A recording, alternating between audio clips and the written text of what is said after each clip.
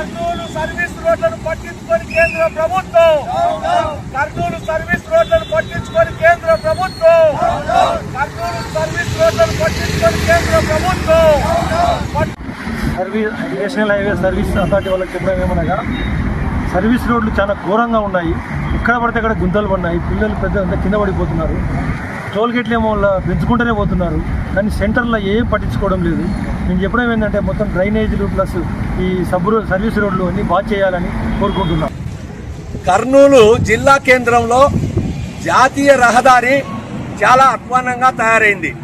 5-6 సంవత్సరాల నుంచి అధికారుల దృష్టికి తెస్తున్న నిమ్మకు నీరెక్కినట్లుగా వ్యవహరిస్తా ఉన్నారు. టోల్ గేట్లేమో పెంచుతున్నారు, కోట్ల రూపాయలు ప్రజల నుంచి వసూలు చేసుకుంటూ కాంట్రాక్టర్ పట్టించుకోరు, కేంద్ర ప్రభుత్వం పట్టించుకోదు, ప్రజలేమో నరకం అనుభవిస్తా ఉన్నారు.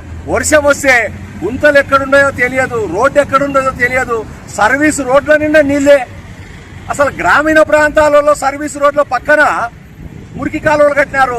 జిల్లా కేంద్రంలో ఇది ఏముంది అన్యాయం, ఇంత అన్యాయము. జిల్లా అధికారులంతా ఇక్కడే ఉన్నారు, హైవే రోడ్డు అథారిటీ అధికారులు కూడా కర్నూలులోనే ఉన్నారు.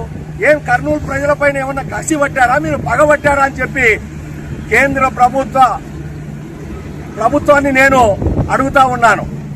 1 సంవత్సరం 2 సంవత్సరాలు దాదాపు 10 ఏళ్ళు అవుతుంది, ఇంతవరకు రోడ్లకు ఇరువైపులా మురికి కాలువలు కట్టలేదు, సర్వీస్ రోడ్లను నిర్వహణనే లేదు.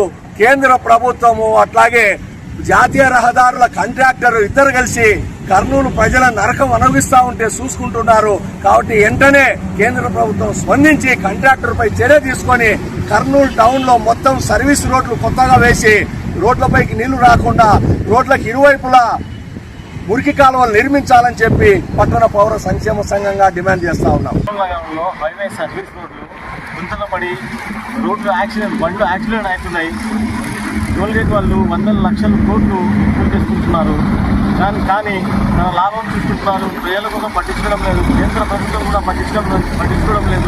జాతీయ రహదారిపై ఇరువైపులా సర్వీస్ రోడ్కి ఇరువైపులా టోటల్గా ఎక్కడ చూసినా గుంతలు, డ్రైనేజ్ సమస్య ఉన్నందున తొందరలోనే కేంద్ర ప్రభుత్వం దాన్ని హైవే అథారిటీ పైన